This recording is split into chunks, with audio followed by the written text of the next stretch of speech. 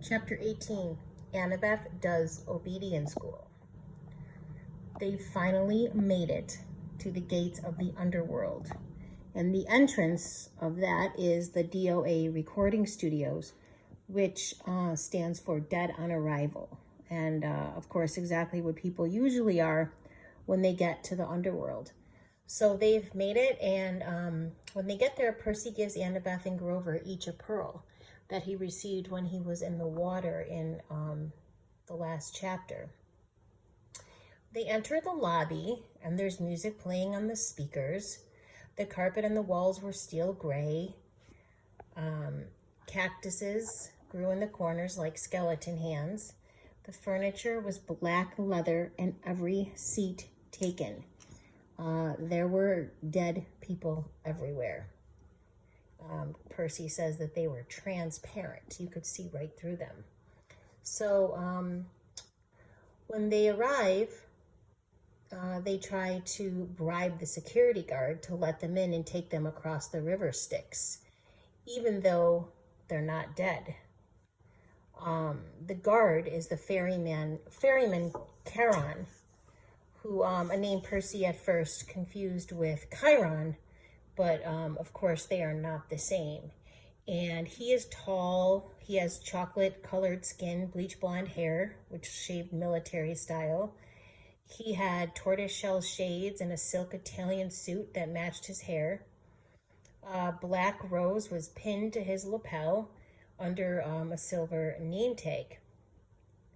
And he is the guy that's going to ferry them or take them across the river Styx to Hades Central. The waiting list to get across the Styx is impossibly long. And what Percy does is he tries to bribe him with lots of drachmas that he actually stole. Remember, drachmas was the money. He actually stole some from Krusty's and promises to discuss a pay raise for Charon with Hades. Charon agrees to take them across the Styx on the next boat. So they start out taking an elevator, but the elevator soon becomes a boat. He says, "We were standing on a wooden barge. Charon was pulling us across a dark, oily river swirling with bones, dead fish, and other strange things, plastic dolls, crushed carnations, soggy diplomas. The ceiling was above, covered with pointy stecolites. The shore is covered in green mist." It is a very scary underworld. When they reach the shore, they see black sand and a high wall stretching as far as the eye can see. Percy thinks the entrance to the underworld looked like a cross between airport security and the Jersey Turnpike. There's an attendant on duty line, which was super slow and super long, and there was an easy death line. Those among the dead who don't wish to be judged can simply choose the easy death line, which leads to the Asphodel Fields. The Asphodel Fields are kind of like purgatory, neither good or bad.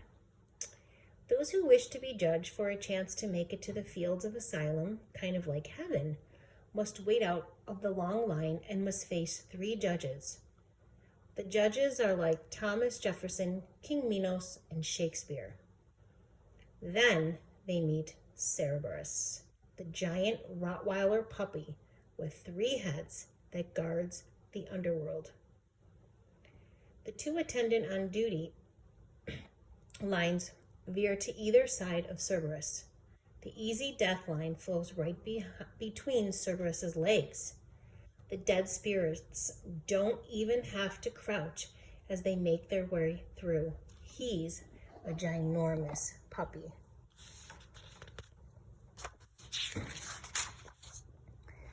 Cerberus can detect the living among dead spirits. He can sniff out any trespassers.